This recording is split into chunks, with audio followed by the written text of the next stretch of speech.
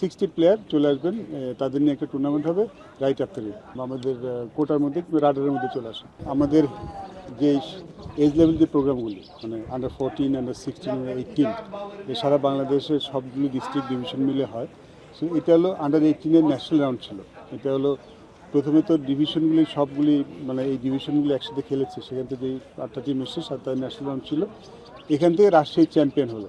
So what we do from এই tournament থেকে, under 18 tournament থেকে এই সিলেক্টর এসছেন, তারা 4টা টিম বাছাই করবেন। সেই 4টা টিম নিয়ে একটা টুর্নামেন্ট হবে, যেটাকে আমরা YCL বলে থাকি, ইউথ ক্রিকেট লিগ। সেখানে 4 ডে ম্যাচ হবে এবং 50 ওভার্স গেম হবে। সো বেসিক্যালি এখান থেকে যারা যারা ভালো খেলেছেন, যেসব আউট অফ সবার মধ্যে 60 প্লেয়ার চলে আসবেন, তাদের নিয়ে একটা টুর্নামেন্ট হবে রাইট আফটার ঈদ। সো এটা বেসিক্যালি এখান থেকে রাইট আফটার ঈদ এদিনের টুর্নামেন্ট হবে। ওইখান থেকে আমাদের পরবর্তী যে আন্ডার ওয়ার্ল্ড কাপ যেটা হবে সেই প্লেয়ারগুলো এখান থেকে বাছাই করা। পাইপলাইন তো এতগুলি তো অনেক পাইপলাইন আপনারা, আমরা কিন্তু এরপর আন্ডার 14 খেলে আসছে, আন্ডার 16 খেলে আসছে, তারপর আন্ডার 18 খেলছে। তো এখান থেকে যারা যারা ভালো খেলছেন তারাই আমাদের সিলেক্টর সব খেলা দেখেন, তারা পিক করেন কোন প্লেয়াররা ভালো, তারা আমাদের আমাদের কোটার মধ্যে, রাডারের মধ্যে চলে আসে।